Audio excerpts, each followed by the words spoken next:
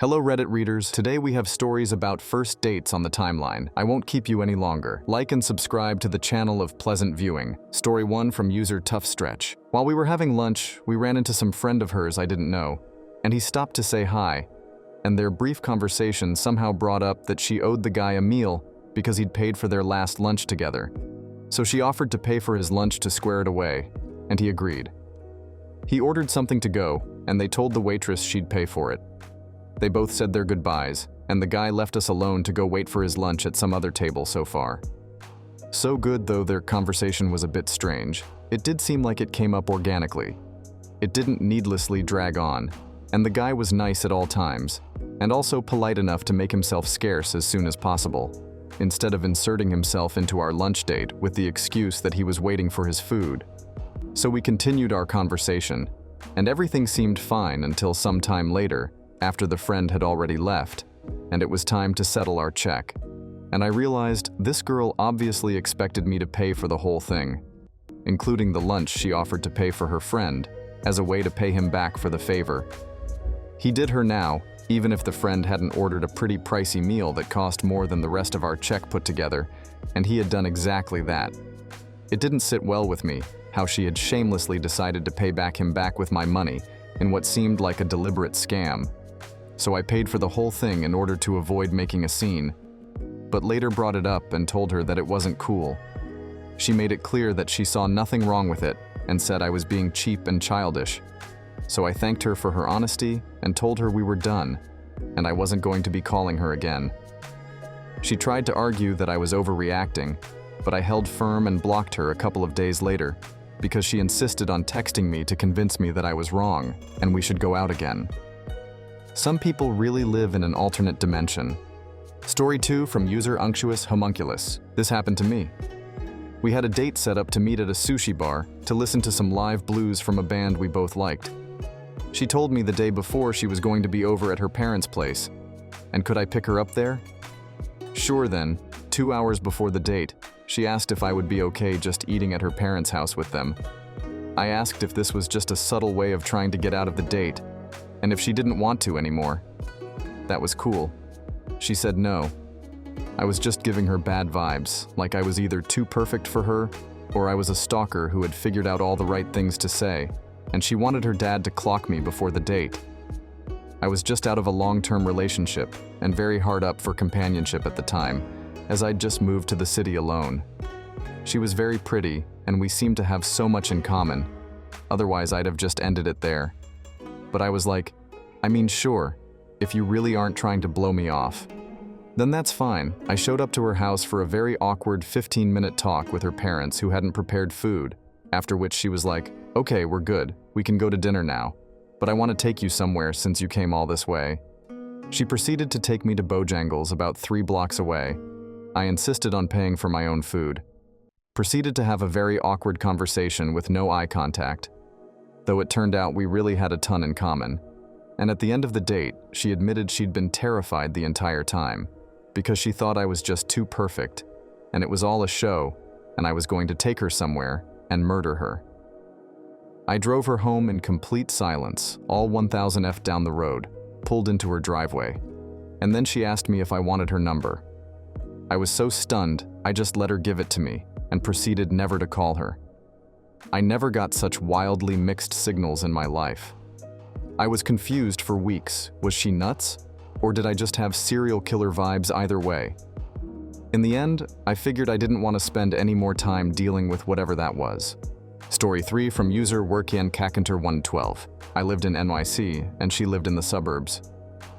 We decided on a small chain restaurant, 3 locations in the city, and I said that the one close to City Hall was the best location for me. She agreed to meet me there. I arrived at the restaurant early and waited until a few minutes after our meeting time, then gave her a call.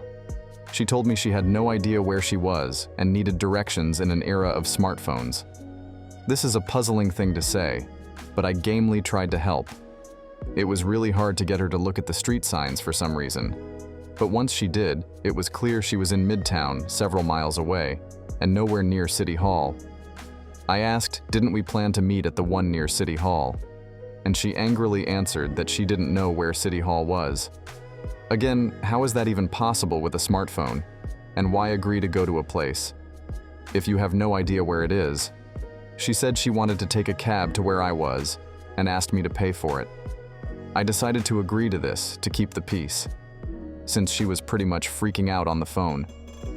By this point, she arrives. I treat her to dinner. Then I take her to a cool late-night tea house. Then we walk along the river. I tried my best to make it a good experience, but all conversation fell flat. I finally asked her where she'd like me to walk her back to. For the night, I was expecting to take her to a subway station because her suburb is quickly reachable by commuter train at all hours. Nope. She needed me to walk her back to a parking garage back in Midtown, where she was when I'd called her at the start of the evening. I'd had no idea she'd driven to the city. People usually don't drive from her town because the train is so much easier and cheaper than paying for Manhattan parking.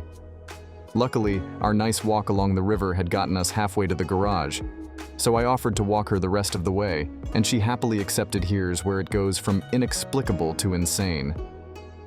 When we got to the parking garage, she asked me when our next date would be, trying to be polite instead of immediately replying.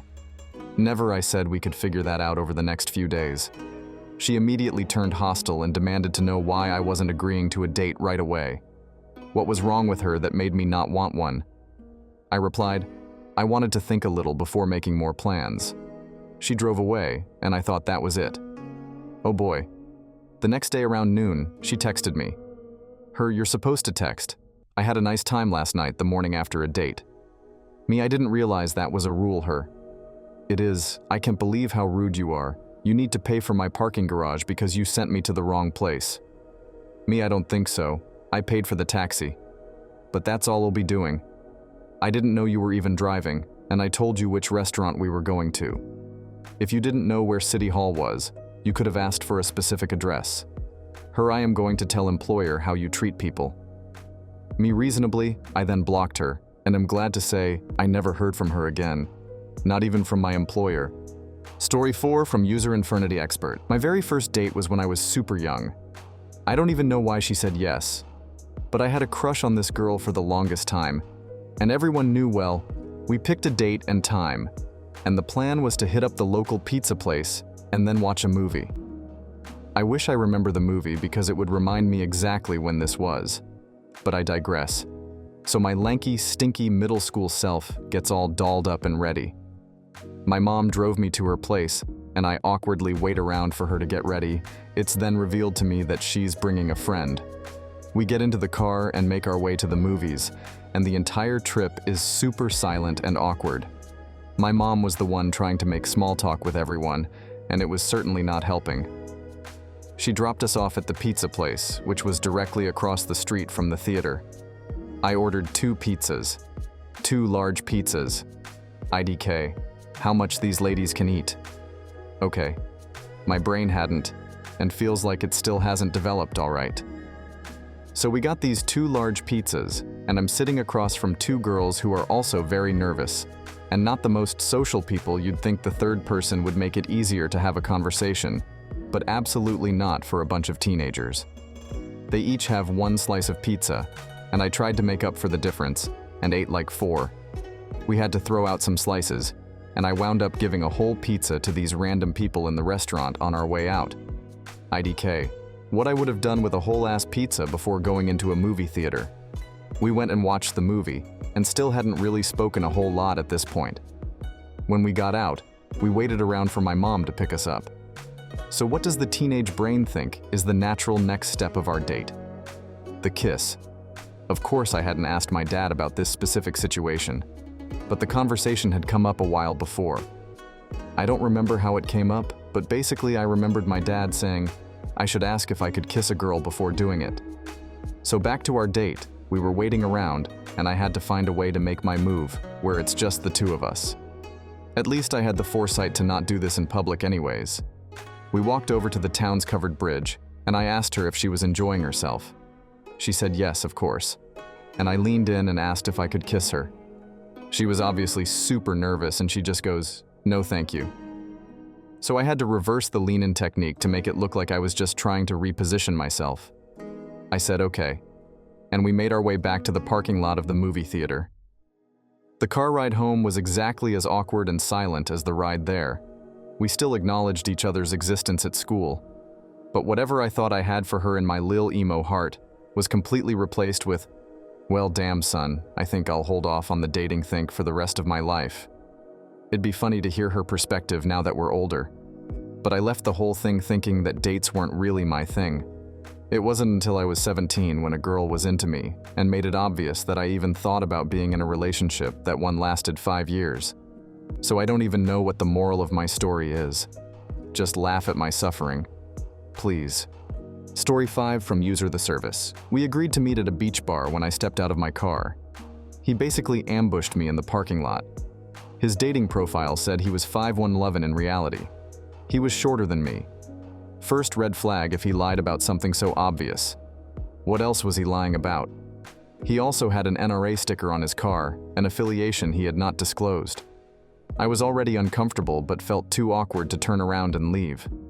We got seated and ordered drinks. Then he began to interrogate me.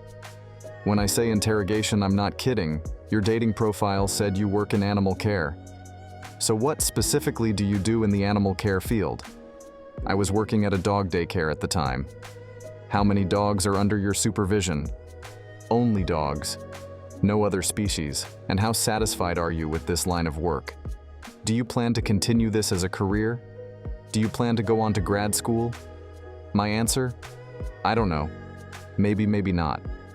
So you don't have any drive or ambition. Then you feel you'd be competing with other students and they'd have an advantage over you. Do you like living here? What drew you to this place? How is this town as different than where you went to college? Answer: it's full of yuppies and old people, whereas Gainesville is a college town. So when you say yuppie, what is your definition of that term? When you say college town, what specifically do you mean by that? Have you ever been to Jacksonville or Tallahassee? How recently did you go there? What specifically did you do or see while you were there? I went to the zoo. So you like zoos. Then did you like Jacksonville? Answer: I don't know. So you hated it. Are you an only child? Any cousins? What do your parents do? Do they live in the area? Do you have a good relationship with them? Are they conservative? Do you consider yourself a conservative person? No. So you rebelled against your parents. Do you have any religious affiliation? What are your parents' religious affiliations regarding the bar band? How would you describe this type of music? What adjectives would you use to describe this music? Do you live in an apartment? Do you have any roommates?